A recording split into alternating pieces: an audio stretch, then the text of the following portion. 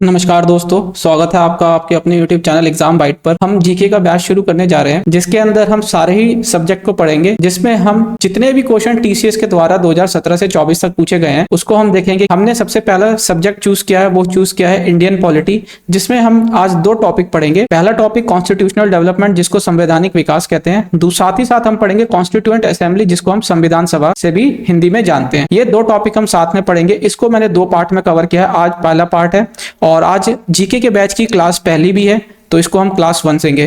तो चलिए शुरू करते हैं, देखते हैं पहला क्वेश्चन क्या कहता है। पहला प्रश्न कहता है कि यूनाइटेड किंगडम की संसद का एक अधिनियम है जिसने 1947 में ब्रिटिश भारत को भारत और पाकिस्तान के दो नए स्वतंत्र उपनिवेशों में विभाजित किया था। ये कौन सा अधिनियम है? इसका सही उत्तर हो जाएगा ऑप्शन बी, भारत स्वतंत्र अधिनियम। इंग्लिश में अगर मैं बोलूं कि dash is an act of parliament of the United Kingdom that partitioned British India into two new independent dominions of India and Pakistan in 1947। The correct answer will be option B, India independence act. इसके अंदर देखिए दो तीन dates हैं जो कि बहुत ही important है, उसको आपको ध्यान रखना है।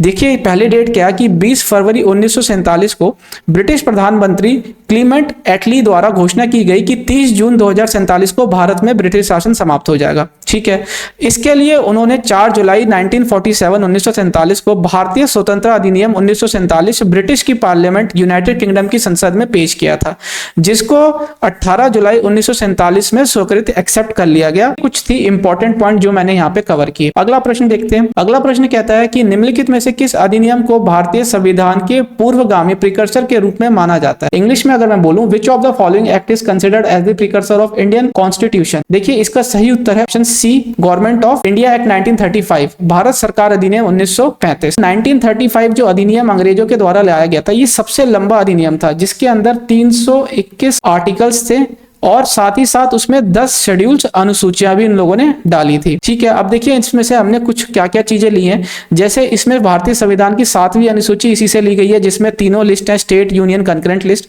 प्रांतीय स्वायत्तता ली गई है, द्विसदनीय विधानमंडल लिया गया है, संघीय न्यायालय, भारतीय रिजर्व बैंक आरबीआई, वो भी हमने इसी से लिया है। साथ ही साथ राज्यों के लिए लोक सेवा आयोग का गठन, ये भी, और राज्यपाल का प्रावधान भी हमने इसी अधिनियम 1935 से लिया है। अगला क्वेश्चन देखते हैं। अगला क्वेश्चन कहता है निम्नलिखित में से किस अधिनियम के द्वारा भारत में केंद्र स्तर पर द्विसदनीय विधायिका का शुरुआत की गई थी? देखिए, bye which of the following act was the bicameral legislature introduced at the central level in India? इसका सही उत्तर है option A, government of India act 1999, Bharat सरकार अधिनियम 1919।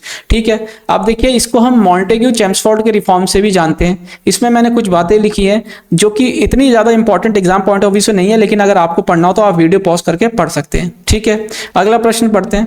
अगले प्रश्न में कहता है भारत सरकार अधिनियम 1919 को किस और नाम से भी जाना जाता है? जैसा कि मैंने आपको बताया, Montagu Chelmsford report, option D इसका सही उत्तर है।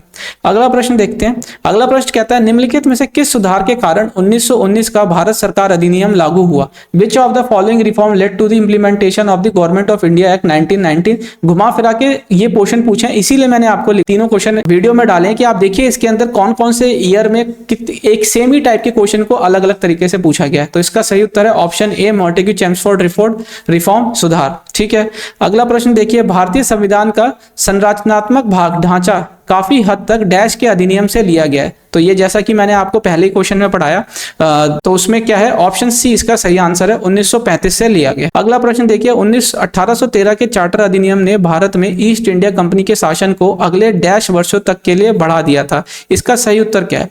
The charter act of 1813 extended the East India company's rule in India to another dash years. इसका सही आंसर है ऑप्शन ए, 20 सालों तक अगले जो है इसमें बढ़ा दिया गया था। देखिए 1813 में चार्टर अधिनियम ने भारत में ईस्ट इंडिया के शासन को अगले 20 वर्ष तक के लिए बढ़ा दिया गया था कि अधिनियम ने भारत के साथ व्यापार के मामले में ईस्ट इंडिया कंपनी के एकाधिकार को समाप्त कर दिया था तथा भारत में शिक्षा के प्रचार प्रसार के लिए प्रति वर्ष 1 लाख रुपए का अनुदान प्रदान किया गया था। अब यहाँ पे आप एक देखिए कि आपसे क्वेश्चन में पूछ सकता है कि कौन से चार्टर एक्ट अधिनियम के द्वारा भारत के अंदर ईसाई मिशनरियों को धर्म का प्रचार करने की अनुमति दी गई थी। तो आपको ये बताना है 1813 के चार्टर अधिनियम के द्वारा, इस अधिनियम के द्वारा ईसाई मिशनरियों को धर्म का प्रचार करने की अनुमति दी गई थी। ठीक है, तो ये इसका एक इंपॉर्टेंट पॉइंट होगा जो आपको याद रखना है। अगला प्रश्न देखते हैं। अगला प्रश्न कहता है कि किस अधिनियम के परिणाम स्वरूप महारानी विक्टोरिया को, जो कि ब्रिटेन की शासक थी, 1858 में भारत की मालकिन एम्प्रेस ऑफ इंडिया की उपाधि के साथ भारत में ब्रिटिश क्षेत्रों की संप्रभु भी बनाया गया था। तो ये भारत सरकार अधिनियम के द्वारा बनाया गया था, इंडियन चार्टर एक्ट के द्वारा। ठीक है, इसका सही आंसर क्या हो जाएगा? इसका सही आंसर ऑप्शन ए हो जाएगा। इसमें देखिए क्या कहता है कि भारत सरकार अधिनियम 1858 के तहत ब्रिटेन की शासिका महारानी विक्टोरिया ने भारत की मालकिन एम्प्रेस ऑफ इंडिया की उपाधि धारण कर भारत के शासन को प्रत्येक रूप से अपने हाथों में ले लिया था। अब ये थोड़ा सा इंपॉर्टेंट पॉइंट है जो आपको याद रखना है कि इसी के बाद भारत में गवर्नर जनरल के स्थान पर वाइसरॉय नियुक्त हुआ था। पिट्स इंडिया एक्ट की दोहरी शासन व्यवस्था को समाप्त कर दिया गया, व्यापक सिद्धांत को समाप्त कर दिया गया। ये अगला प्रश्न कहता है वह कौन सा अधिनियम था जिसने भारत में सत्ता ब्रिटिश ईस्ट इंडिया कंपनी से ब्रिटिश क्राउन में स्थानांतरित की थी? तो इसका सही उत्तर बताना है। The act that transferred the power from British East India company to British crown in India. इसका आपको सही उत्तर बताना है। तो इसका सही उत्तर हो जाएगा government of India act 1858, Bharat सरकार अधिनियम 1858 इसका सही उत्तर हो जाएगा। इसमें देखिए क्या कहता है, इसमें ये कहता है कि 1858 के भारत शासन अधिनियम का निर्माण 1857 के विद्रोह के बाद किया गया। अधिनियम ने ईस्ट इंडिया कंपनी के शासन को समाप्त कर दिया और गवर्नरों, क्षेत्रों और राजस्व संबंधी शक्तियां ब्रिटिश राजशाही क्राउन को हस्तांतरित कर दी। इसके द्वारा गवर्नर जनरल का पदनाम बदलकर वाइसरॉय कर दिया गया तथा लॉर्ड कैनिंग, ये याद रखना है कि पहले वाइसरॉय कौन थे हमारे? लॉर्ड कैनिंग को प्रथम वाइसरॉय बनाया गया।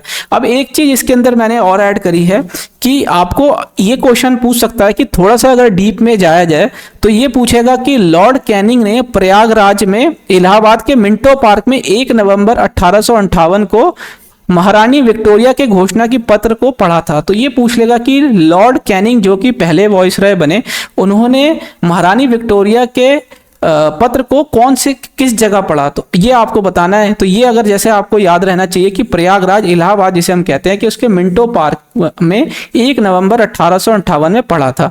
तो ये आपको ध्यान रखना है। ये यहाँ एक इंपॉर्टेंट पॉइंट था जो मैंने यहाँ पे ऐड किया।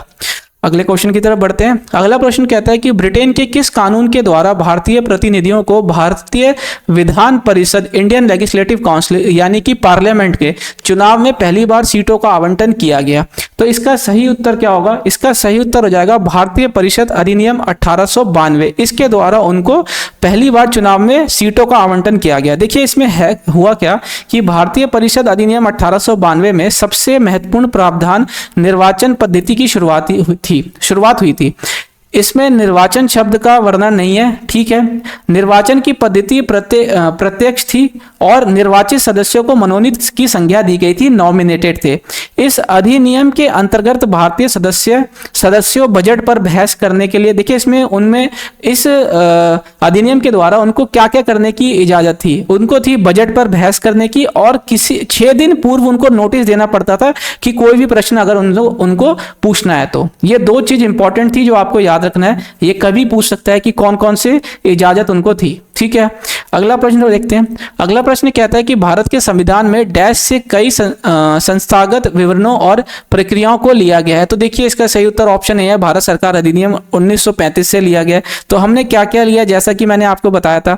तो इसमें कुछ पॉइंट मैंने ऐड किए हैं। संघीय तंत्र लिया है, न्यायपालिका लिया है, आपातकालीन लिया है, लोक सेवा आयोग और प्रशासनिक विवरण, ये सब चीजें हमने भारत शासन अधिनियम 1935 से ली है। अगला प्रश्न देखते हैं कि संविधान सभा को भारतीय स्वतंत्रता अधिनियम 1947 की धारा डैश द्वारा मान्यता दी गई। ये बहुत इंपॉर्टेंट ही और बहुत अच्छा क्वेश्चन है कि the constituent assembly was recognised by the section dash of Indian independence act 1947, यानी इंडिया इंडिपेंडेंस एक्ट 1947 से किस सेक्शन के द्वारा कॉन्स्टिट्यूएंट असेंबली को मान्यता दी गई थी? तो ये दी गई थी आपको ऑप्शन, इसका सही उत्तर हो जाएगा ऑप्शन डी। क्या ऑप्शन सही हो जाएगा इसका? ऑप्शन डी 8(1) इसका सही उत्तर हो जाएगा। आशा करता हूं आपको समझ आया होगा। अगला प्रश्न देखते हैं। अगला प्रश्न कहता है कि प्रांतों में द्वैध शासन डायरकी के उन्मूलन की संस्तुति डैश द्वारा की गई थी। एबॉलिशन की गई थी डायरकी किसके द्वारा? ये की गई थी हमारी गवर्नमेंट ऑफ इंडिया एक्ट 1935। इसका सही ऑप्शन क्या हो जाएगा? इसका सही उत्तर ऑप्शन ए हो जाएगा। 1935 के भारत सरकार अधिनियम द्वारा इसको खत्म कर दिया गया था। अच्छा, इसके अंदर देखिए खत्म तो इसके द्वारा किया गया था। एक लाइन मैंने और डाल दी है जो हमने पहले पढ़ी थी कि किसके द्वारा शुरू की गई थी। ये द्वारा शुरू की गई थी 1919 अधिनियम के द्वारा, जिसको मॉन्टेग्यू चेम्सफोर्ड रिफॉर्म के नाम से जानते हैं, और खत्म की गई थी 1935 के द्वारा, ठीक है। अगला प्रश्न देखते हैं कि निम्नलिखित में से भारत सरकार के किस अधिनियम के साथ मॉन्टेग्यू चेम्सफोर्ड सुधारों ने प्रांतों में द्वैध शासन की शुरुआत की थी? By which of the following government of India Montagu Chelmsford reform brought about dualism in the providence? ये मैंने बताया, तो ये तो सही आंसर, इसका ऑप्शन बी इसका सही आंसर हो जाएगा, 1919 भारत सरकार अधिनियम। ठीक है। अगला प्रश्न देखते हैं कि स्वतंत्र भारत का संविधान बिना किसी बाहरी हस्तक्षेप के ऐसे संविधान सभा द्वारा बनाया जाना चाहिए जो व्यवसक मताधिकार के आधार पर चुना गया हो। यह बयान किसने दिया था? The Constituent of India, independent India should be made without any outside interference by a Constituent Assembly elected on the basis of adult franchise.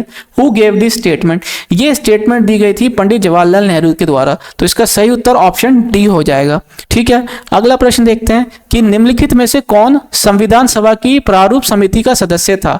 Who among the following was the member of the drafting committee of Constituent Assembly? तो हम ये जानते हैं कि ये कौन थे। इसका सही उत्तर क्या है? Option C doctor K M. Munshi. प्रारूप समिति संविधान सभा द्वारा नियुक्त एक समिति थी जो 19 अगस्त 1947 को अस्तित्व में आई थी। इसका कार्य संविधान का प्रारूप तैयार करना था, जिसमें अध्यक्ष सहित 7 सदस्य थे, जिसके डॉक्टर बी.आर. अम्बेडकर अध्यक्ष थे और इनके मेंबर्स के नाम मैंने यहाँ ऐड कर दिए हैं। Alauddin Krishnaswamy Iyer, Kanhaiya Lal Maneklal Munshi, Mohammad सदाउद्दौला, N Gopal Swami Iyengar, BL. मित्रा जिनके स्थान पर एन माधवराव आए थे, और डी.पी. खेतान जिनके स्थान पर टी.टी. कृष्णमाचारी आए थे। तो ये इंपॉर्टेंट पॉइंट है, ये आपको ध्यान में रखना है कि 7 सदस्य थे, इंक्लूडिंग इसके प्रेसिडेंट अध्यक्ष जो कि डॉक्टर बी.आर. अम्बेडकर थे। बाकियों के नाम भी हर बार एग्जाम में आगे पीछे करके पूछता रहता है, वो आपको ध्यान में रखना चाहिए। अगला प्रश्न देखते हैं कि संविधान सभा की मसौदा समिति में डैश सदस्य शामिल थे। कितने सदस्य थे? जैसे मैंने आपको बताया कॉन्स्टिट्यूएंट कमेटी के अंदर ये थे, ड्राफ्टिंग कमेटी के अंदर, सॉरी ड्राफ्टिंग कमेटी में 7 सदस्य थे, तो इसका सही ऑप्शन क्या हो जाएगा? ऑप्शन ए इसका सही आंसर हो जाएगा। अगला प्रश्न देखते हैं कि ड्राफ्टिंग कमेटी का गठन कब किया गया था, ये बताना है। तो ड्राफ्टिंग कमेटी का गठन मैंने आपको जैसे बताया 29 अगस्त 1947 को किया गया था। अभी आपको मैंने 2 क्वेश्चन पहले बताया, 29 अगस्त 1947 को किया गया था। तो देखिए आपको इस सेम क्वेश्चन को कब कब पूछा गया, ये 2022 में पूछा गया है, 2018 2023 में पूछा गया है सेम तरीके का क्वेश्चन, फिर उसके बाद 2020 में पूछा गया है, और फिर 2019 में ये सेम क्वेश्चन पूछा गया है। तो क्वेश्चन कैसे रिपीट होते हैं, तो ये आपको ध्यान रखना है। अगला प्रश्न देखिए, संविधान की प्रारूप समिति के अध्यक्षता किसने की थी? Doctor B R. अम्बेडकर। कहते हैं कि भारत में संविधान सभा के चुनाव डैश में हुए थे, कब हुए थे ये आपको बताना है। तो इसका सही उत्तर ऑप्शन डी जुलाई 1946 में हुए थे। ठीक है। अगला प्रश्न देखते हैं।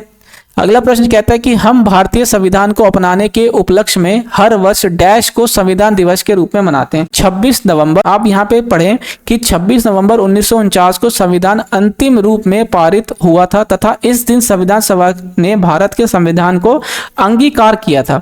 अब उसमें क्या क्या था? उसमें नागरिकता थी, नागरिकता से रिलेटेड आर्टिकल थे, निर्वाचन और अंतरिम संसद से संबंधित उपबंधों को तथा अस्थायी एवं संक्रमण उपबंधों को 26 नवंबर 1949 से ही तुरंत प्रभाव यानी तुरंत लागू कर दिया गया। तो 26 नवंबर को हम भारतीय संविधान को अपनाने के उपलक्ष्य में प्रतिवर्ष संविधान दिवस के रूप में मनाते हैं। 26 नवंबर इसका सही आंसर है, ऑप्शन बी।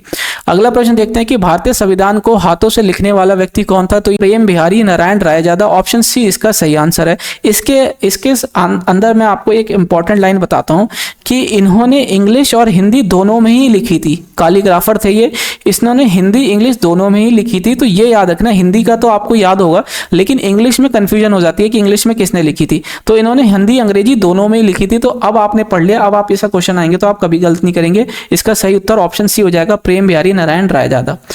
अगला प्रश्न देखते हैं कि निम्नलिखित में से किसने सुलेख शैली में मूल भारतीय संविधान का हिंदी, देखिए इसमें फिर क्वेश्चन आया था, ये क्वेश्चन 2021 में पूछा गया था और यहाँ पे क्वेश्चन 2023 में पूछा गया है। तो 2 साल के बाद कि किसने लिखी थी, ये लिखी थी प्रेम बिहारी नारायण रायजादा, ऑप्शन डी है। हिंदी में पूछ लिया, कभी इंग्लिश में भी पूछ सकता है। अगला प्रश्न देखते हैं कि संविधान सभा का अध्यक्ष निम्नलिखित में से कौन था? डी डॉक्टर राजेंद्र प्रसाद जो थे संविधान सभा के अध्यक्ष थे। अगला प्रश्न कहता है कि संविधान सभा के सदस्यों ने डैश को भारतीय संविधान पर हस्ताक्षर, अच्छा ये बहुत ही इंपॉर्टेंट क्वेश्चन था, उन्होंने हस्ताक्षर कब किए थे? 24 जनवरी 1950 को। ठीक है। इसके अंदर 3 डेट हैं जो मैंने आपके लिए लिखी हैं, आप उसको ध्यान रखिएगा कि 26 नवंबर 1949 को संविधान सभा ने भारतीय संविधान को स्वीकार किया और उसके कुछ धाराओं को लागू किया, जैसा कि मैंने आपको बताया अभी 2-3 क्वेश्चन पहले। उसके बाद 24 जनवरी 1950 को संविधान सदस्यों ने संविधान पर हस्ताक्षर किए, कॉन्स्टिट्यूशन पे उन्होंने साइन किए। 26 जनवरी 1950 में हमने पूर्णतः उसको अपना लिया। 3 डेट है जो मैंने इंक्लूड करी, जो इंपॉर्टेंट थी वो आपको ध्यान रखनी है। अगला प्रश्न देखते हैं कि भारत की संविधान सभा द्वारा राष्ट्रीय गान को निम्नलिखित में से किस वर्ष अपनाया गया था। तो ये भी इंपॉर्टेंट क्वेश्चन है। तो किस वर्ष अपनाया गया था? ये अपनाया गया था 1950। ऑप्शन सी इसका सही उत्तर है। 24 जनवरी 1950 को अपनाया गया था। अच्छा, राष्ट्रीय गान की अवधि 52 सेकंड होती है। ठीक है, ये फुल वर्जन है, फुल वर्जन है इसका कि ये 52 सेकंड फुल वर्जन है। हाँ, इसका एक शॉर्ट वर्जन होता है। शॉर्ट वर्जन कब कितने सेकंड का होता है? शॉर्ट वर्जन होता है 20 सेकंड का। तो ये था आखिरी क्वेश्चन आज के पार्ट का। आशा करता हूँ आपको वीडियो अच्छी लगी होगी। वीडियो को लाइक और एग्जाम बाइट चैनल को सब्सक्राइब किए बिना मत जाइएगा। तो मिलते हैं अगली वीडियो में इसके नेक्स्ट पार्ट में। तब तक के लिए एग्जाम बाइट चैनल को देखने के लिए बहुत बहुत धन्यवाद।